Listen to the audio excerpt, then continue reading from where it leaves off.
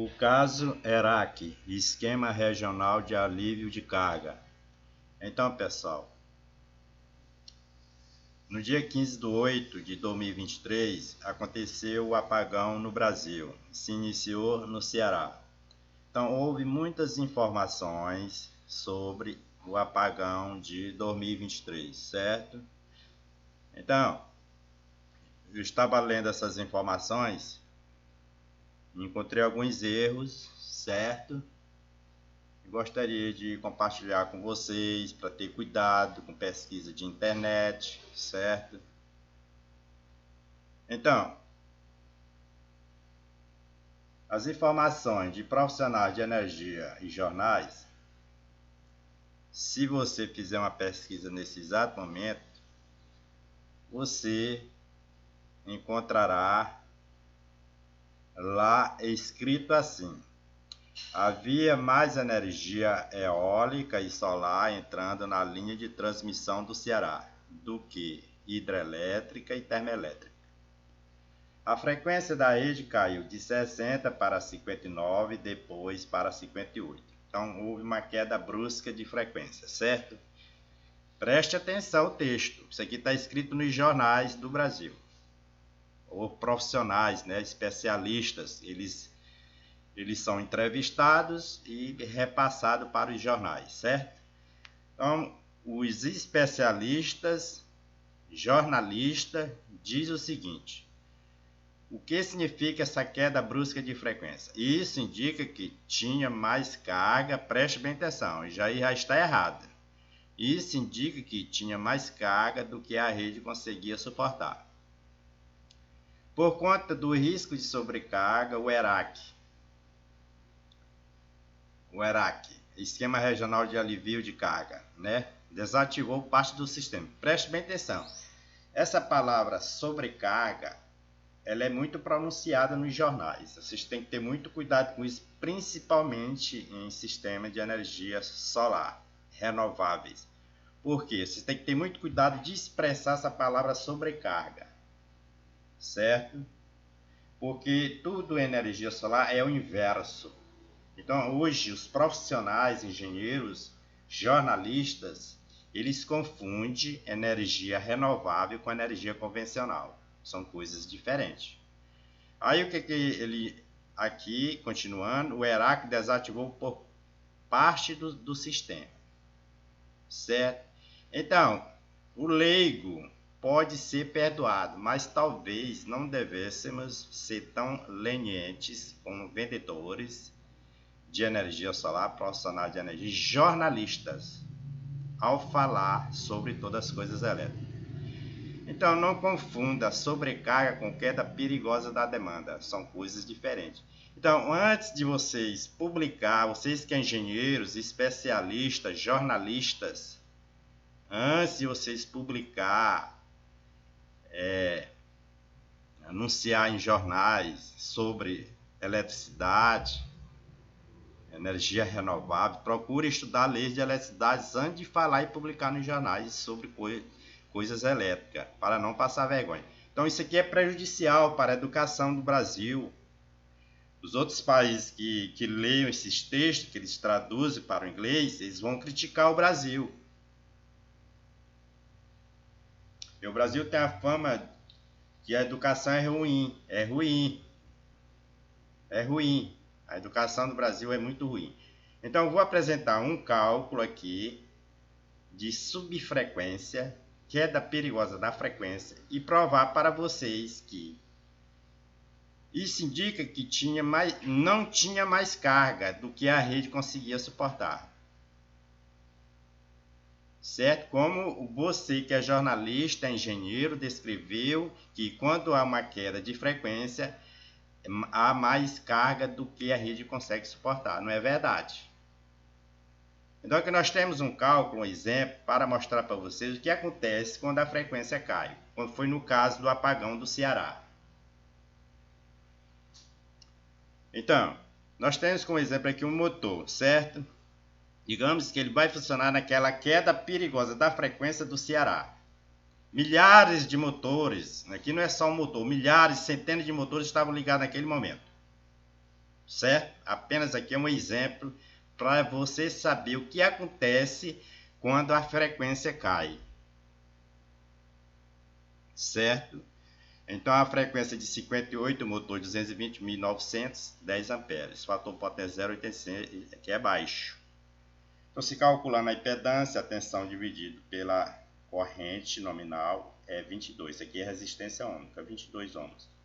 Se você calcular a resistência efetiva, você tem que multiplicar pelo fator de potência 18, certo?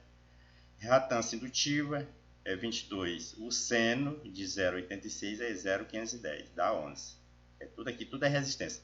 Tudo é resistência aqui porque o inversor, a rede, a fonte, vê uma impedância. Então tudo está resumido numa resistência, certo? Então aqui você vai dividir aqui a indutância L, o 11, dividido pela, aqui ó, radiano, 364, que é o de 58, né, Hz, 364,24 dá 0,030, certo? Entenderam até aí? Então, você vê que a impedância ela aumentou. E se eu dividir R 220 por 11 dá 20. Você vê que alterou, ó. Ela estava 18 aqui, ó, efetivo, passou para 20. Quer dizer, a impedância ela aumentou devido à queda brusca da frequência, certo? Você vê que se eu calcular o XL, ele já muda. O XL ele estava 11, ele passa a ser 10. 6,28 por 58, 0,030 dá 10. Você vê que já mudou. Caiu de 11 para 10. Se eu calcular a corrente do motor, eu vou ter que dividir a tensão pela resistência. 20 ao quadrado, 10 ao quadrado, dá 22,36. Se eu dividir a tensão pela resistência, dá 9. Você vê que a corrente caiu. Se eu multiplicar a tensão nominal pelo fator potência, a corrente dá 1.700. Você vê que a seta está mostrando, ó, queda perigosa da demanda, como eu apresentei lá sobre o apagão no Ceará.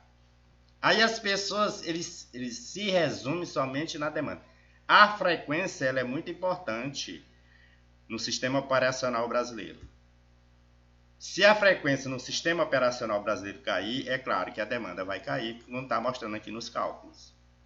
Então o motor era 1.900, caiu para 1.700. Então isso aqui é perigoso. É perigoso porque gera apagões.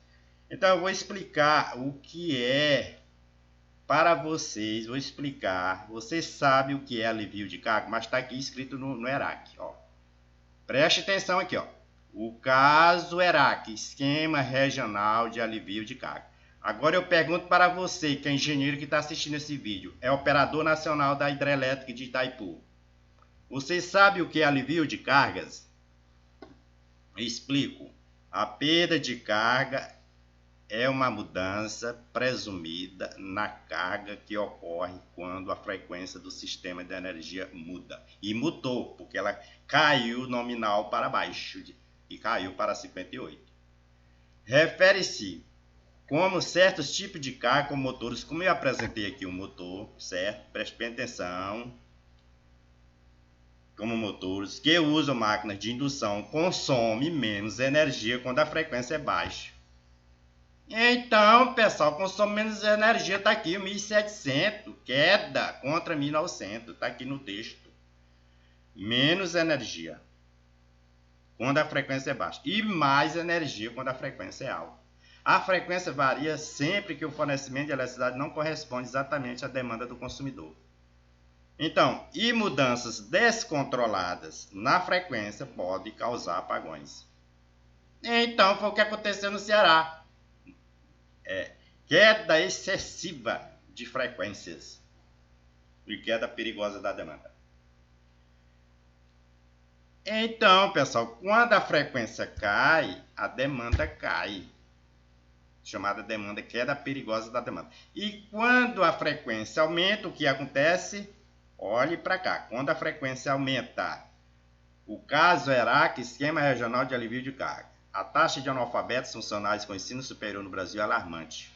O que pode acontecer se o inversor aumentar a frequência para 65? É claro que a potência aumenta. Então, esse motor, ele era 1900, ele passou para 2081, porque a frequência está acima da nominal. Então, isso aqui é um descontrole no sistema operacional brasileiro. Aí ocorrem os apagões. Mexe com tudo. A demanda negativa, ela mexe com a frequência. Certo? Ela não está resumida somente na demanda, na potência máxima, está resumido também na frequência, que é a parte mais importante no sistema operacional brasileiro. Certo, pessoal? Vocês entenderam? Então, eu apresentei esse vídeo aqui ontem para vocês. A partir de julho de 2024, o operador nacional pode exigir que você desligue o inversor solar. São normas australianas. E fique sabendo que a ABNT, Associação Brasileira de Normas Técnicas, é quase que toda baseada nas normas da Europa. Então, a maioria dos países já tem exportações dinâmicas.